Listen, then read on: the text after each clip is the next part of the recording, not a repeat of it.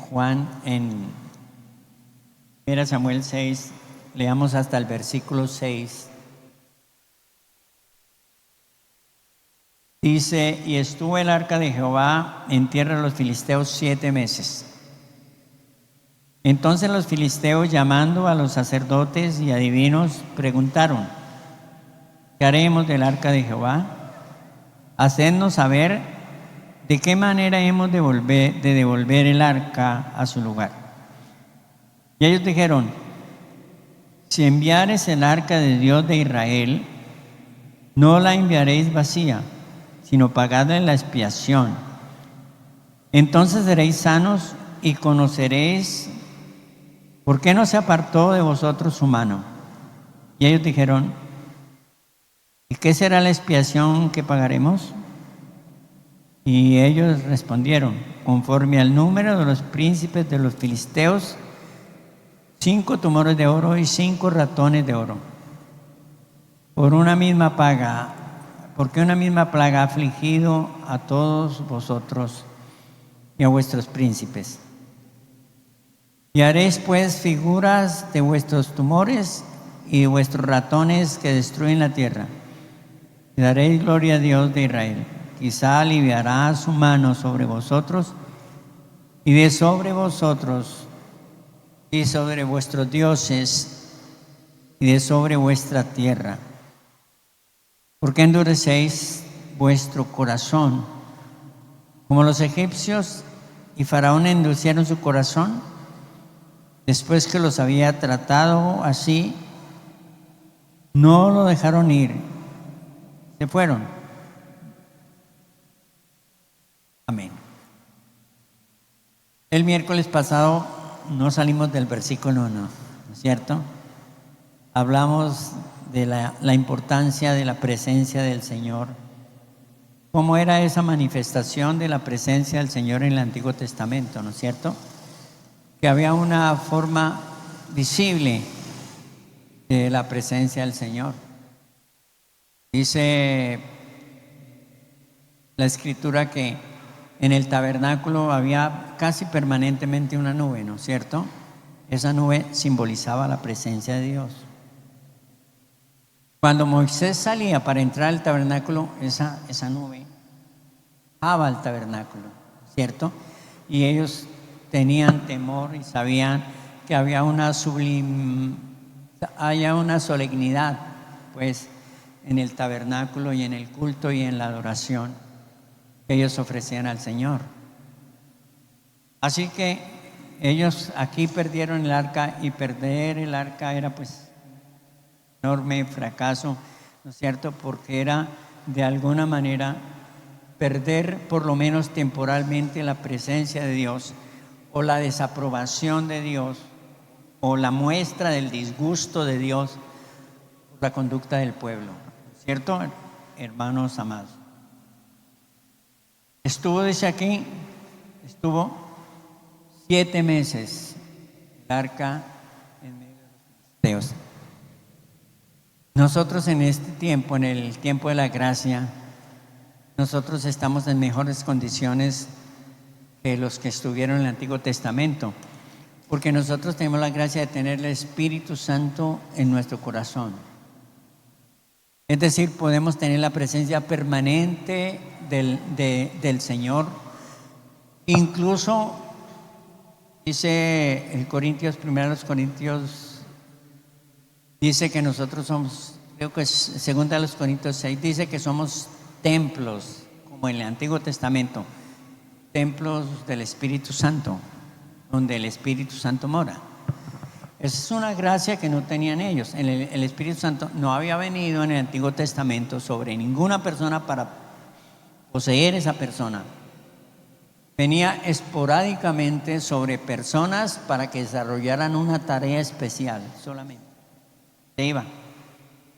Pero a partir de Pentecostés vino el Espíritu Santo sobre todos, ¿no? Dice que sobre toda carne, a las personas, solamente pues los religiosos, sino todos podían tener, o podemos tener el Espíritu Santo. El tema del Espíritu Santo es que el Espíritu Santo está en su corazón, pero la manifestación del Espíritu Santo depende de usted, depende de cómo usted viva, depende de cómo usted busque a Dios, depende de su vida de santidad y devoción al Señor. Y de esa misma manera, usted encontrará una manifestación del Espíritu Santo en su vida, ¿sí? Que redundará en victoria sobre las pruebas, en el gozo, en el corazón y el sostenimiento del Señor en la vida cristiana. La Biblia dice que el Espíritu Santo de Dios, por el pecado, dice que se apaga, ¿cierto? Dice que se entristece, es decir, que no produce el efecto que debe producir cuando nosotros no estamos caminando con el Señor como debemos caminar. Pero estamos en ventaja porque tenemos la presencia de Dios permanente. Y a cualquier hora podemos ir y orar y saber que Dios nos escucha. Para mí la oración es una fortaleza, mis hermanos amados. Y yo pensaba, bueno,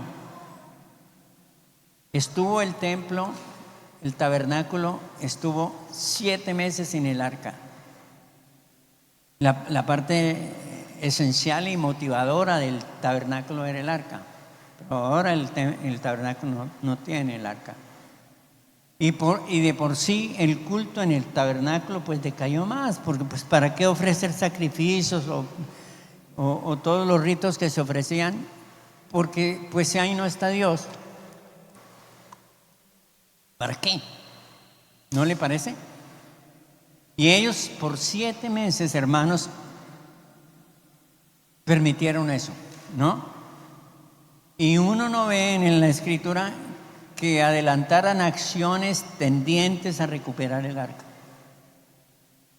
Que cuando devuelven el arca, el pueblo estaba en los campos trabajando en el trigo, como si ya se hubieran acostumbrado a la ausencia del arca, hermano.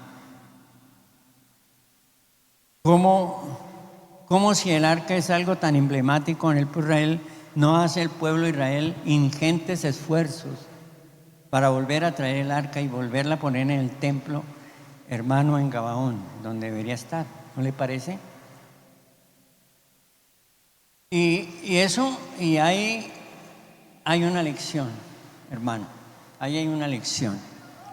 Mire, como pasaron todo ese tiempo sin el arca y se van acostumbrando a que ya no hay motivación para ir al templo a hacer los ritos y la adoración del Antiguo Testamento, y van abandonando y dejando las cosas del Señor, pues es una estrategia del diablo, ¿no?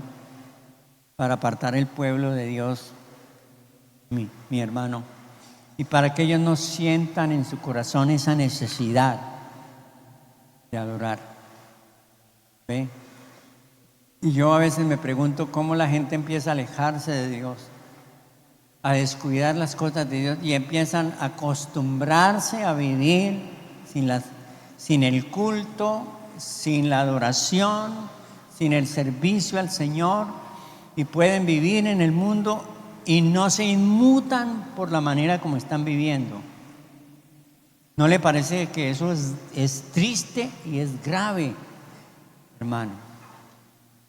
Que personas pueden pasar 1 mes y no venir a culto y no les hace falta el culto.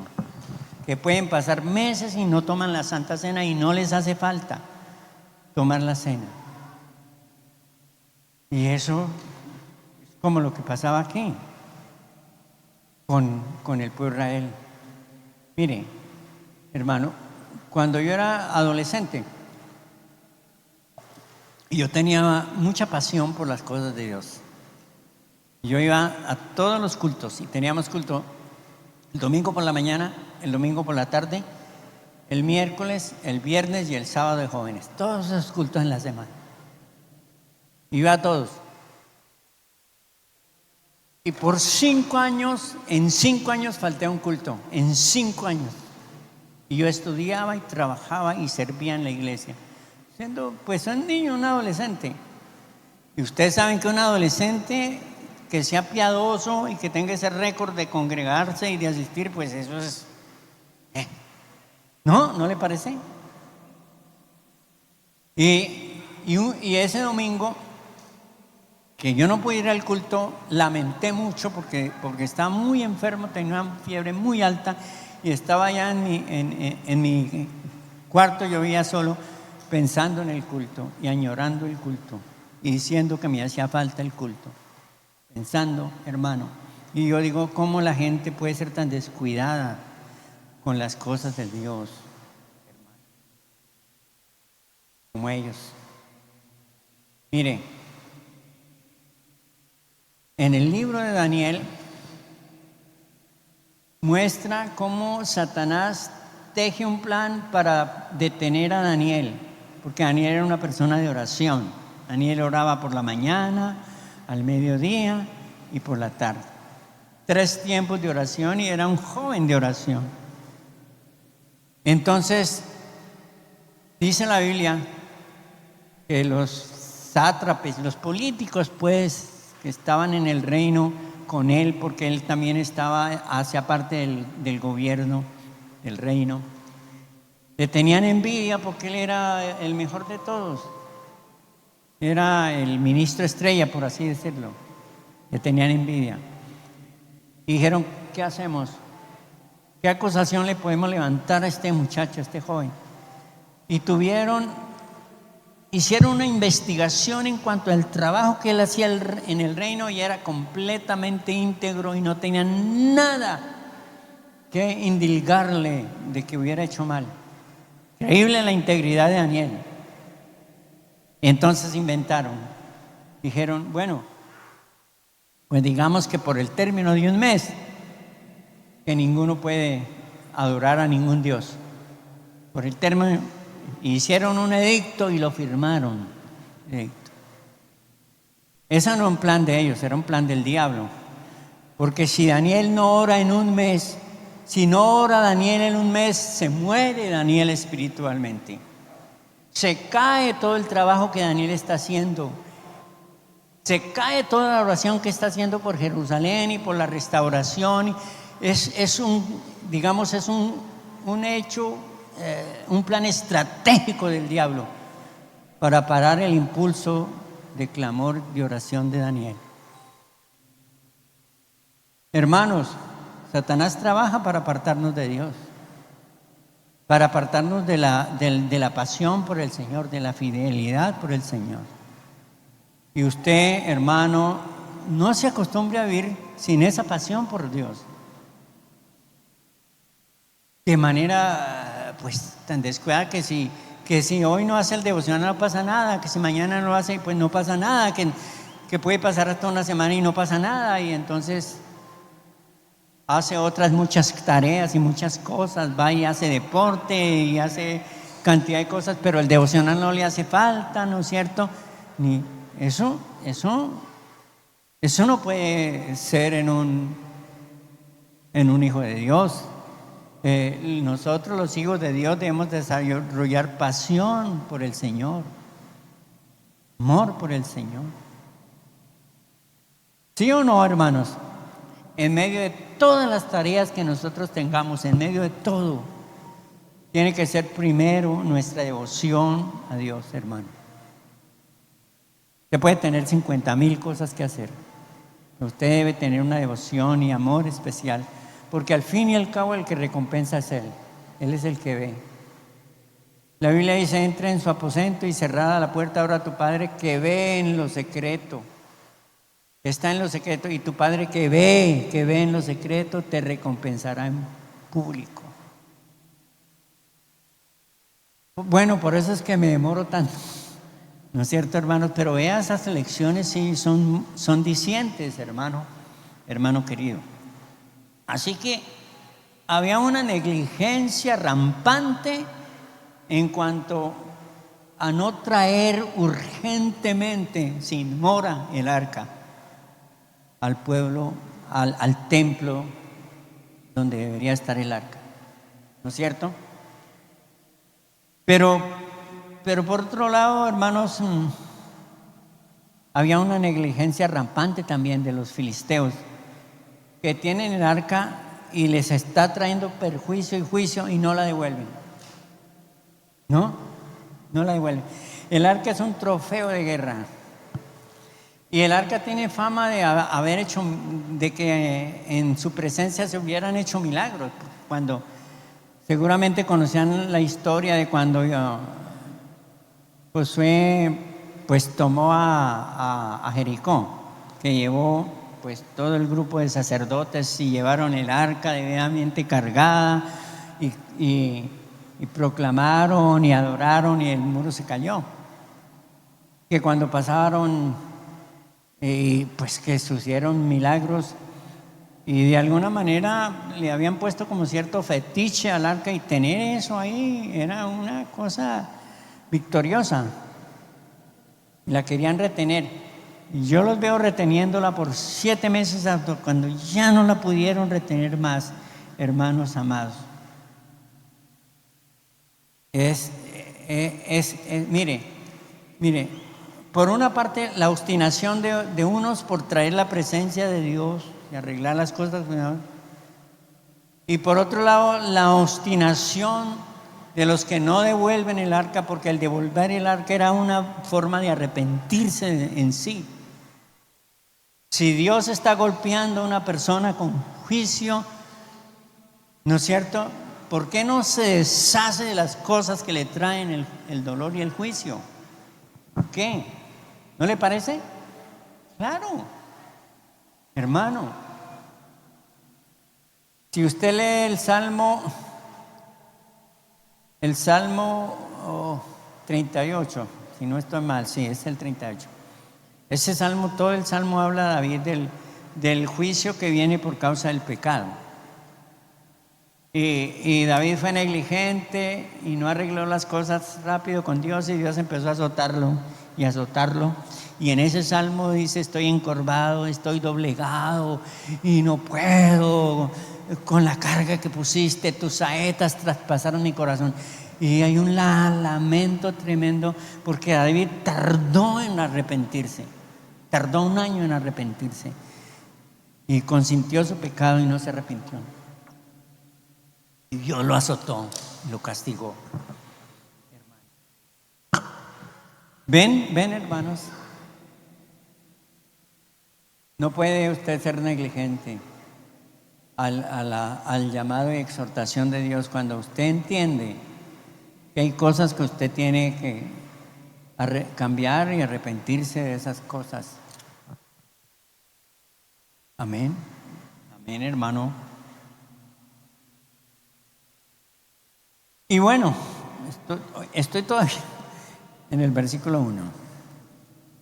Pasemos al 2. Entonces los filisteos, llamando a los sacerdotes y adivinos, preguntaron: ¿qué haremos del arca de Jehová? Hacednos saber de qué manera hemos de devolver el arca a su lugar. Y ellos dijeron: si enviareis el arca de Jehová a Israel, no la enviaréis vacía, sino pagadle la expiación. Entonces seréis sanos y conoceréis por qué no se apartó la mano de Jehová. ¿Y qué será la expiación? Dijeron: bueno, 5 ratones y 5 tumores. 5 ratones de acuerdo a las ciudades, y 5 tumores de acuerdo a los príncipes de esas ciudades que fueron azotadas por el juicio de Dios. Pero hay una cosa interesante aquí, es que ellos consultaron a los brujos, y los sacerdotes eran brujos, ¿no? Consultaron a los brujos para ver qué consejo les daban los brujos. Los brujos les dieron un buen consejo, ¿sí? Porque esos reyes, porque siempre ha sido la costumbre de quienes están en el poder consultar a los brujos. Mire Faraón, ¿no es cierto? Cuando Faraón tuvo el aguijón de las plagas,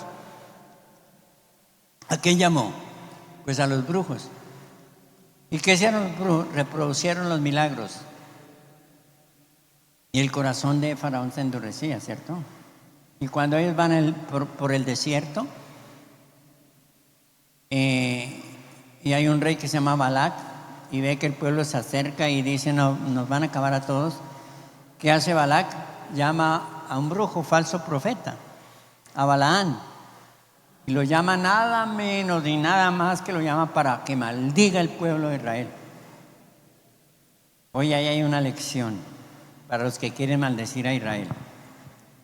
Mire, el profeta hizo 5 altares y por 5 ocasiones intentó maldecir el pueblo de Dios, porque Balac dijo, al que usted maldiga, ese es maldito, así que venga, usted es buen brujo, venga, los maldice. Y terminaba siempre bendiciendo al pueblo de Dios. ¿Ve? Y entonces la 5ª vez él entendió que Dios le decía, no sea necio, que yo bendije al pueblo de Israel y que lo que yo bendije bendito es y no lo puedes maldecir. Esa es una lección para todos los que hoy maldicen a Israel. Amén. Que Israel es bendito por determinación celestial, hermano. Y así todos, mire, Faraón Nabucodonosor cuando tuvo ese sueño de la imagen esa grande, ustedes recuerdan, pues una imagen básicamente de él. Él no pudo entender el sueño. ¿Y quién llamó? A los brujos, y vienen los brujos, y los brujos no dieron, y luego llamaron a Daniel. Daniel tenía el nombre de un dios, ¿cierto? Que lo que hacía Daniel también lo asociaban con el ocultismo. Y vino Daniel, y así eran todos. Y cuando Belsasar vio la escritura en la pared, la mano escribiendo en la pared, y se turbó, llamó a los brujos y a los hechiceros y dijo, ¿qué será eso? Y no pudieron, y llamaron a Daniel. Así son los gobiernos. Mire, hermanos, en el primer mandato de Santos, yo me acuerdo muy bien, en el primer mandato de Santos hizo la posesión en Bogotá y luego se fue a hacer una posesión en la Sierra Nevada de Santa Marta con unos brujos chamanes de la Sierra Nevada de Santa Marta. Yo no sé, los más antiguos se acordarán de eso porque hace como 20 años. Se acordarán. Yo vi el rito que hicieron ahí invocaron el dios del agua, hicieron ofrendas al dios del agua. Y ese año hubo un invierno todo el año, hermano, unas inundaciones, todo ese primer año de Santos.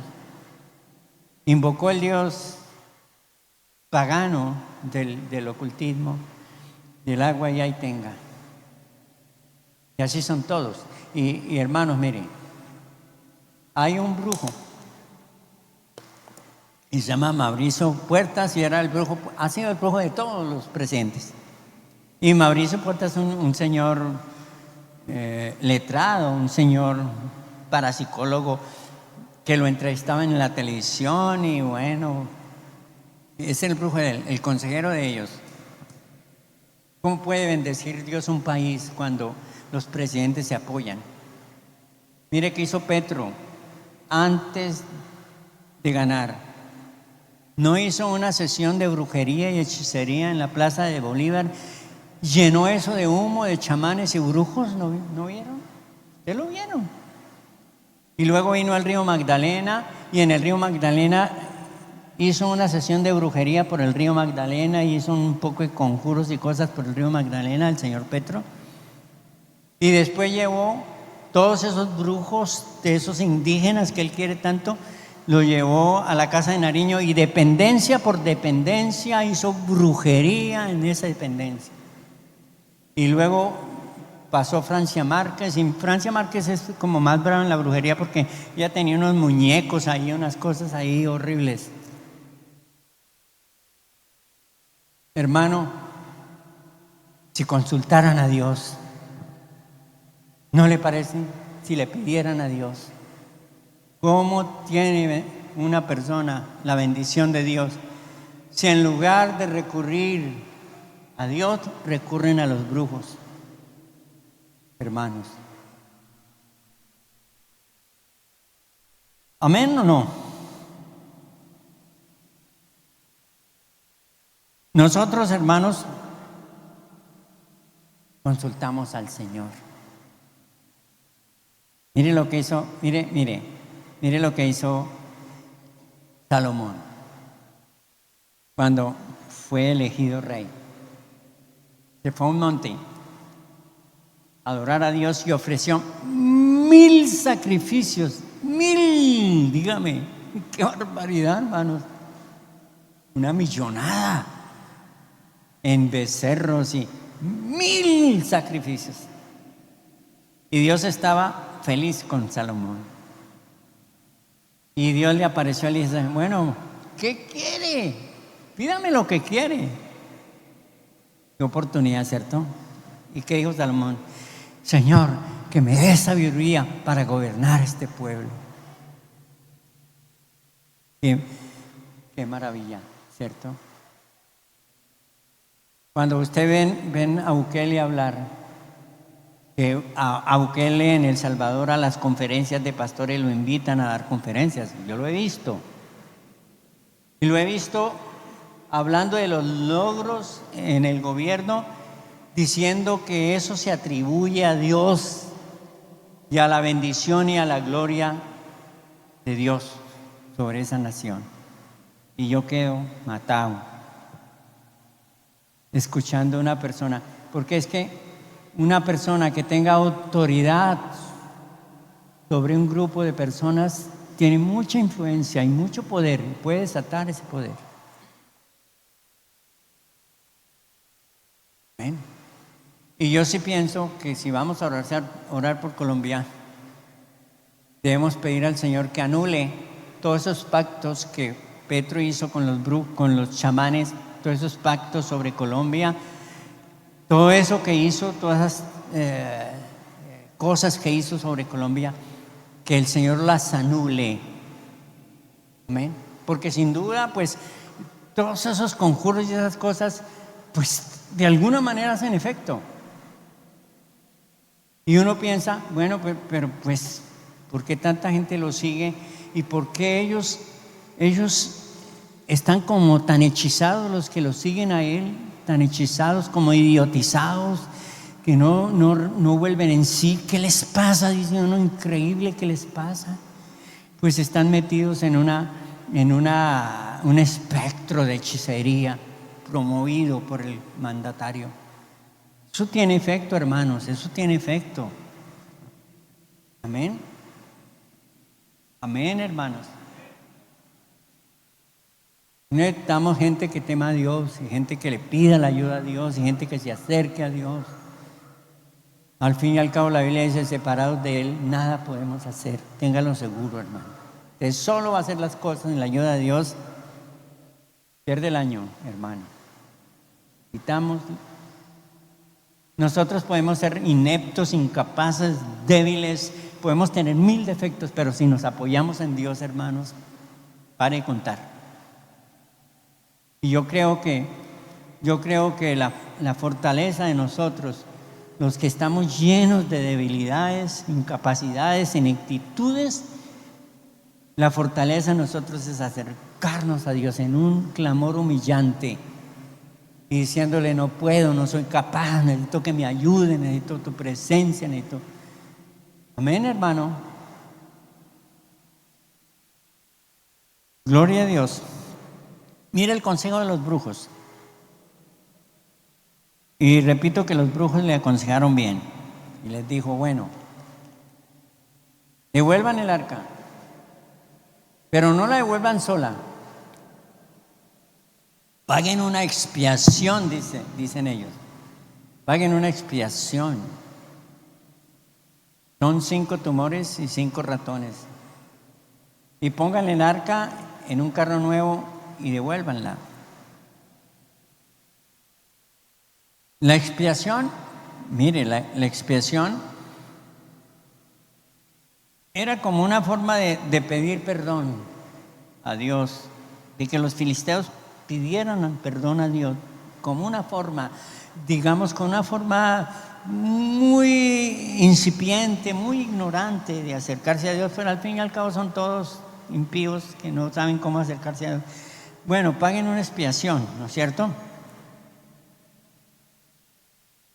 Y era una forma de saber o de atribuirle a Dios el juicio. Entonces los brujos están diciendo, no, ese juicio lo trajo Dios. Les paguen una expiación, que Dios trajo ese juicio. Entonces era reconocer que Dios había traído ese juicio. Era reconocer que el pecado tiene un costo, tiene un costo. El pecado siempre tiene un costo. Alguien tiene que pagar por el pecado, alguien. Y ese alguien fue Jesús, el que pagó por su pecado y por el mío. Porque sepa usted que en la enseñanza de la teología es que usted no puede pagar nada por su pecado. Que tiene que conseguir un sustituto, ¿no es cierto? Y el cuarto consejo que les dio fue no endurezcan su corazón como Faraón. Y claro, ellos están haciendo remembranza de lo que pasó con Faraón, ¿cierto? Faraón recibió una plaga y llamaba a Moisés y decía, ay, ve esa plaga, quítense. Se quitó la plaga y luego endurecía su corazón. Ya no los dejaba ir al pueblo de Israel, ¿se acuerdan? Venía otra plaga.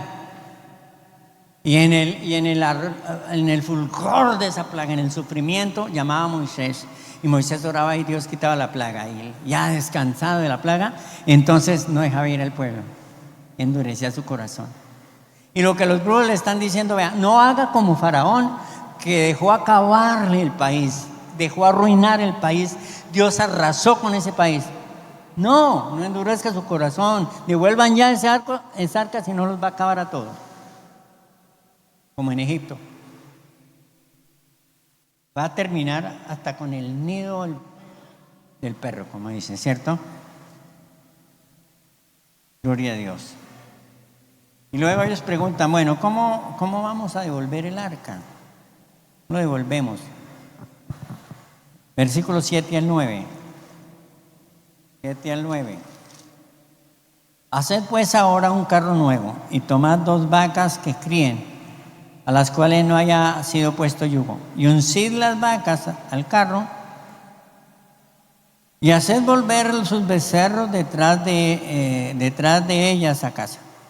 Tomaréis luego el arca de Jehová y la pondréis sobre el carro, y las joyas de oro que le habéis de pagar en ofrenda por la culpa, las pondréis en una caja al lado de ella, y la dejaréis que se vaya.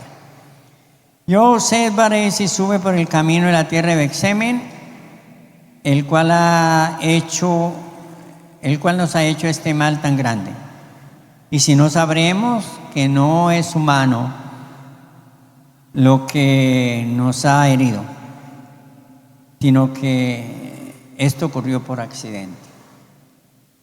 Los brujos piensan, bueno, y le dicen al pueblo, esto lo trajo Dios. Sin embargo, tienen cierta duda, ¿no?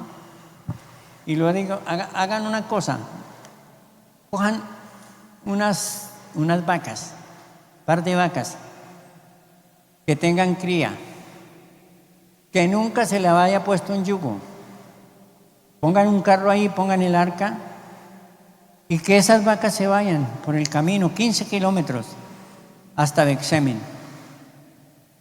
Y si las vacas se van sin apartarse de derecha ni izquierda, ni devolverse ni nada, y llegan a Bexemen, entonces saben que ha sido Dios el que ha traído ese juicio, ¿no? Mire la prueba.